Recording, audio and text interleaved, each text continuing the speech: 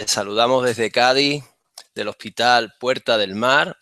Hoy es 19 de mayo, hacen 18 grados y un día primaveral estupendo. Les recuerdo que nuestros Hangouts pueden seguirse directamente buscándolos en YouTube, en el canal de vídeo de Mario Linares Barrios, así como en los tweets de TweetDerma, también en el podcast de Hospital Universitario Puerta del Mar de Dermatología. Hoy vamos a tener el lujo de que el doctor David Jiménez nos hable acerca de algo muy interesante y muy poco conocido, como es el uso de la medicina hiperbárica en dermatología. Adelante, David. Hola, buenos días a todos. Esta sección de cámara hiperbárica en dermatología la aprovechamos debido a que vivimos en una zona cercana al Hospital Militar de San Carlos, que está localizado en San Fernando, una ciudad próxima a Cádiz, que actualmente ha pasado al Servicio Andaluz Público de Salud y disponemos de ella como un arma terapéutica. Nos vamos a enfocar un poco en su mecanismo de acción y en posibles indicaciones o uso en enfermedades dermatológicas. Para comenzar, esta es la cámara hiperbárica que tenemos en el hospital, antiguo Hospital Militar de San Carlos. Como veis, parece una nave espacial donde tiene múltiples sillas, porque esto se ha utilizado, su utilidad era fundamentalmente para militares que sufrían síndrome de descompresión.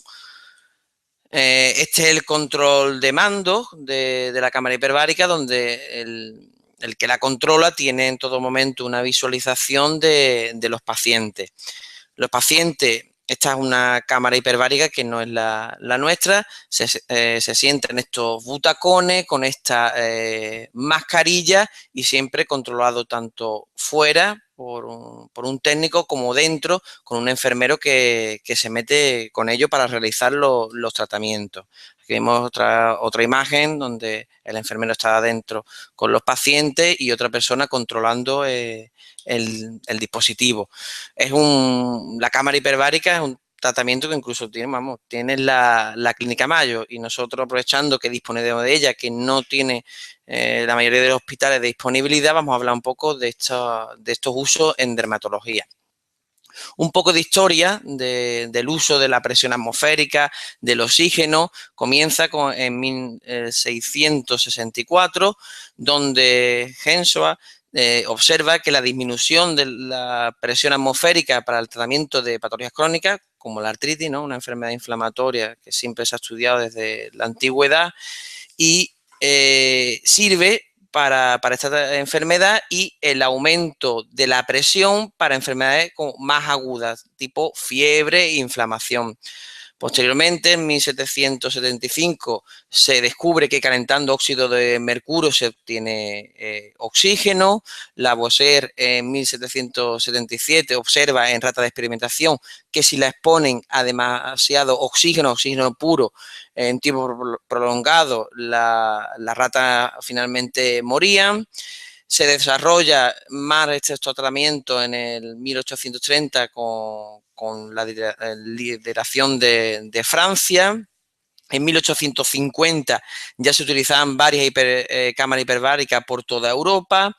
Un hecho también que hablaremos posteriormente sobre la fisiopatología del uso de este tratamiento es que Louis Pasteur descubre la diferencia entre bacterias aerobias y anaerobias. Esto también se va desarrollando con la Armada de Inglaterra, un tratamiento muy del desarrollo, con el desarrollo militar.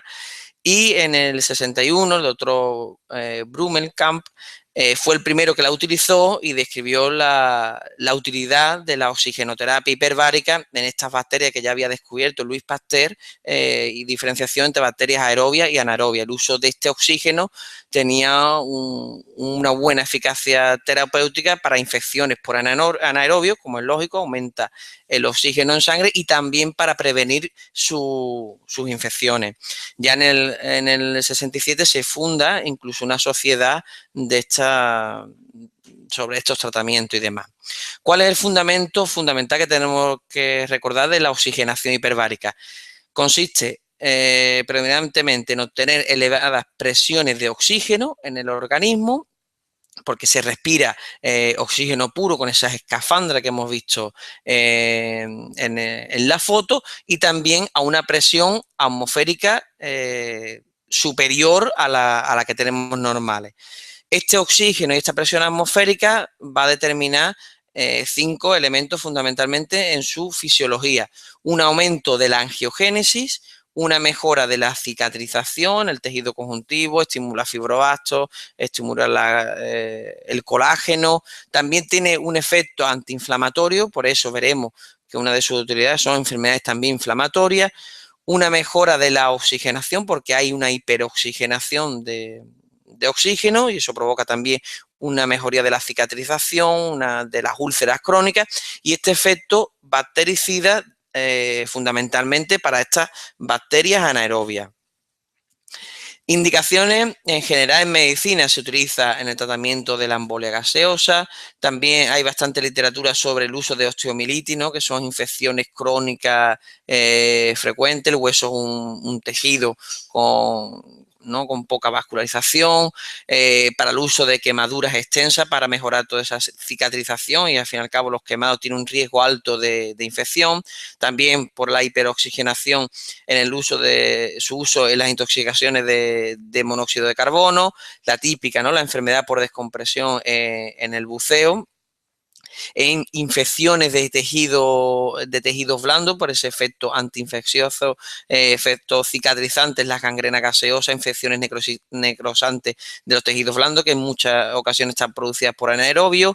Una utilidad que se está, incluso en nuestro hospital, se está haciendo por el servicio de radiología, es las lesiones que hay por radiación. Por ejemplo, se está haciendo aquí estudios en el Hospital Puerta del Mar de cistitis rádica que se producen tras el tratamiento radical del cáncer de próstata por radioterapia.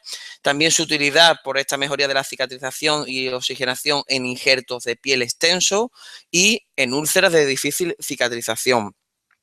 En dermatología, ¿en cuál patología nos debemos fijar fundamentalmente? En el uso que tenemos experiencia en calcifilaxis, al fin y al cabo son úlceras por trastornos vasculares, y en todo lo que haya ulceración, posteriormente infección por los trastornos de la microcirculación cutánea. Aquí pongo un poco un artículo porque van saliendo recientes, como por algo que estamos haciendo en nuestro hospital, servicio de urología, es el uso de esta cámara hiperbárica, como he comentado, para la cistitis hemorrágica post radioterapia. En cuanto a la calcifilaxis, nos vamos a detener un poco más. Estos son imágenes de pacientes nuestros. Sabéis que es una enfermedad bastante devastadora, con un alto índice de mortalidad, muy dolorosa. Se produce clínicamente destaca estas úlceras cutáneas muy dolorosas, con estas zonas purpúricas de lívido racemosa en pacientes con una insuficiencia renal crónica avanzada que están en hemodiálisis, donde en la histología vemos estos depósitos de calcio que se depositan en la capa media de los vasos, y esto provoca una alteración de la microcirculación cutánea con una posterior necrosis. ¿Qué estamos haciendo nosotros como terapia para estos casos graves de calcifilaxis, que proponemos un poco como tratamiento? Ya se lleva utilizando desde hace años como tratamiento estándar el tiosulfato sódico intravenoso, que se pone posterior a la hemodiálisis, tiene un mecanismo quelante del calcio y también una mejora de la angiogénesis, una disminución del dolor de estos pacientes. Nosotros, para casos muy graves, lo asociamos una triple terapia de tiosulfato sódico intravenoso, que lo pone en nefrología posterior a la diálisis. Lo ponemos también intralesional y tópico, por un lado para quitar estos calcios. Debido a esta alteración de la microcirculación cutánea, también ayudamos con alprostadil, que es una prostaglandina que utilizamos durante la hemodiálisis para mejorar esa circulación, y el uso también reciente que disponemos de la cámara hiperbárica, con vista a mejorar esas cicatrizaciones tan profundas que podemos ver en la imagen, y con alto riesgo de infección y por tanto de mortalidad de estos pacientes. Otros casos que son útiles y que pueden ser útiles en dermatología son el síndrome de Sneddon, que es una vasculopatía también trombótica, donde hay endotelitis y que asocia manifestaciones neurológicas. Algunos pacientes presentan úlceras, como este paciente que os muestro en la imagen, úlceras crónicas muy dolorosas de muchos años de evolución, donde este tratamiento también podría ser una opción muy eficaz.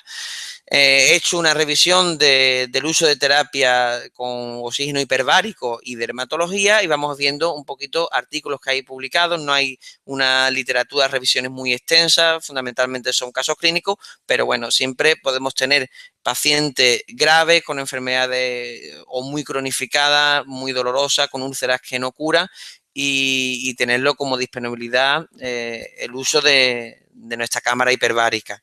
Aquí os pongo un artículo de 2014 por autores españoles donde tratan eficazmente una mucormicosis, ¿no? Un paciente diabético, que es una enfermedad grave que afecta a los senos paranasales, muy destructiva y con una alta gravedad, y que no respondía a la terapia habitual de anfotericina liposomal. Le pusieron tratamiento también antifúngico y aparte de su debridamiento, tratamiento con oxígeno hiperbárico, y esto provocó que la respuesta fuera muy buena y que las secuelas estéticas y graves que tiene esta enfermedad se evitara debido a ese efecto, como he comentado también, como bactericida, que también puede ser antifúngico, antiinflamatorio y mejoría de la cicatrización.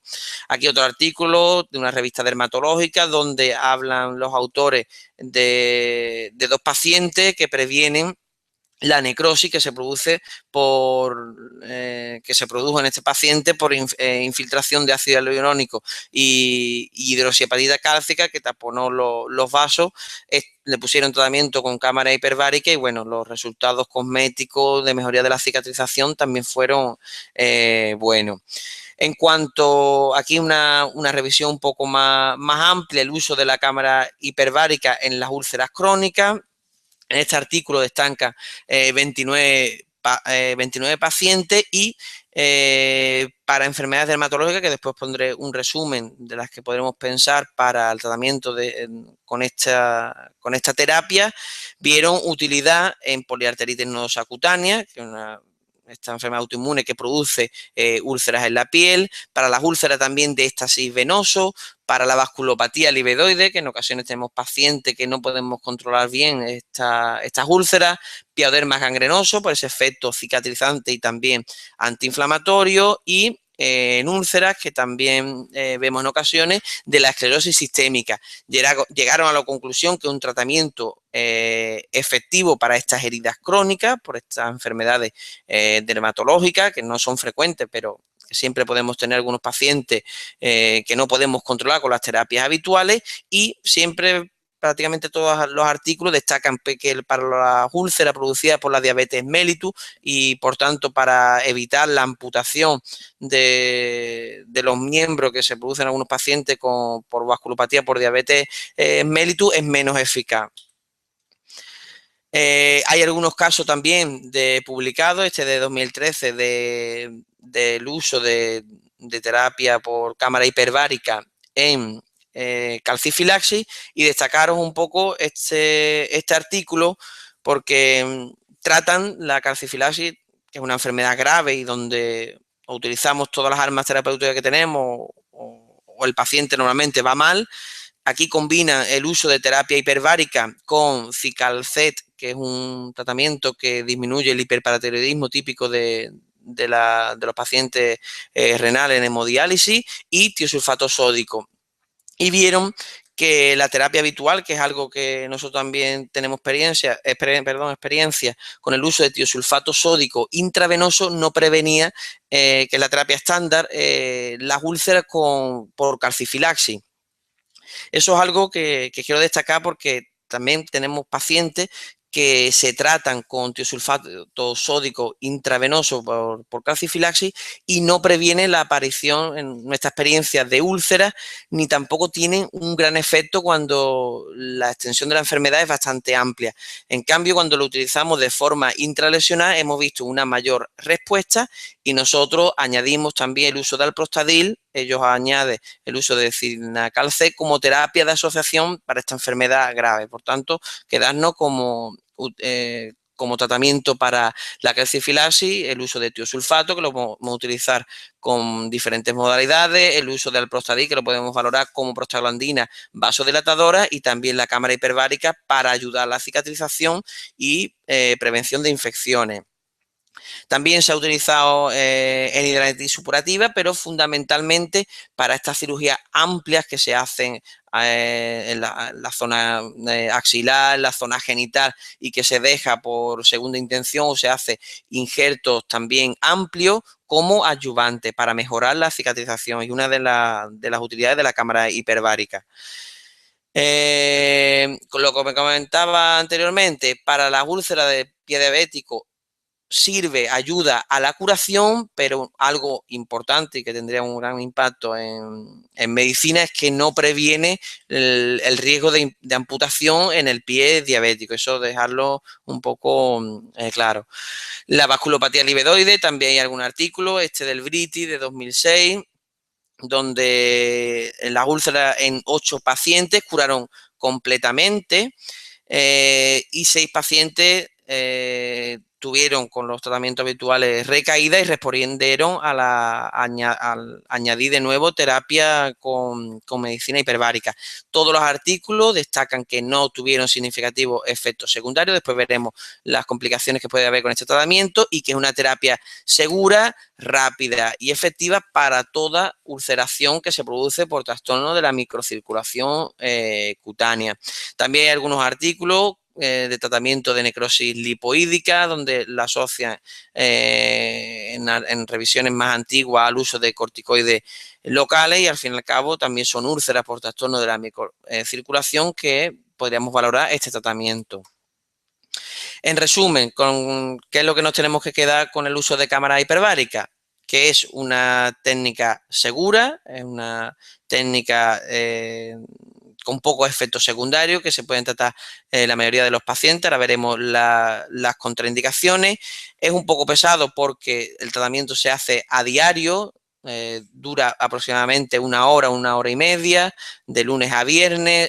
Requiere muchas sesiones, pero lo vamos a utilizar para enfermedades graves que son muy dolorosas, donde no tenemos alternativas terapéuticas con la terapia clásica, y fundamentalmente para trastornos de la microcirculación cutánea, úlceras crónicas y con tendencia a la infección, como una terapia adyuvante, segura, y bueno, nosotros la tenemos accesible aquí en la provincia de Cádiz.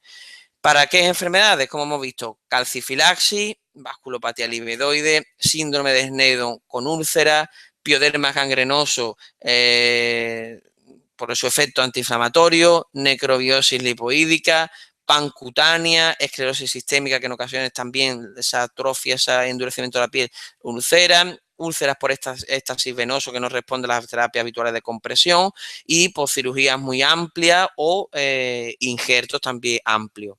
Como contraindicaciones de la absoluta, tiene poca. El uso de neumotoras que no está tratado, que el paciente está en tratamiento con quimioterapias como bleomicina o cisplatino, que esté en tratamiento con disulfiram, que creo recordar que es un tratamiento, ¿no?, para evitar el alcoholismo, la doxorubicina y sulfamilón. Son contraindicaciones absolutas que, bueno, normalmente no nos encontramos con ellas.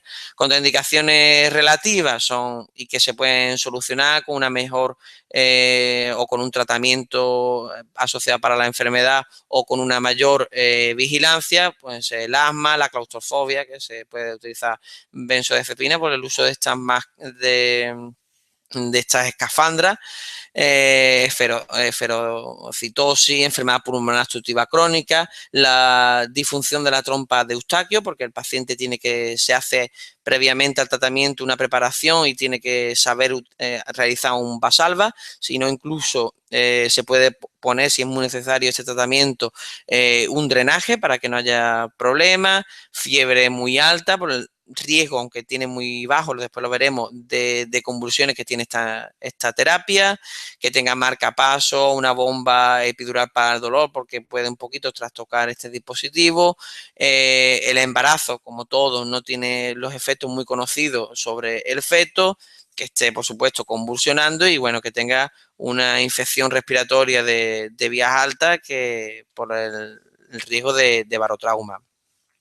Efectos adversos, ya para acabar, como comentaba, la trompa de Eustaquio, fundamentalmente que el paciente pueda realizar Valsalva y por eso se hace una preparación previa con un médico especialista en cámara hiperbárica que evalúa inicialmente al paciente, puede provocar dolor de oído, sensación de plenitud, sordera que es reversible y pasajera.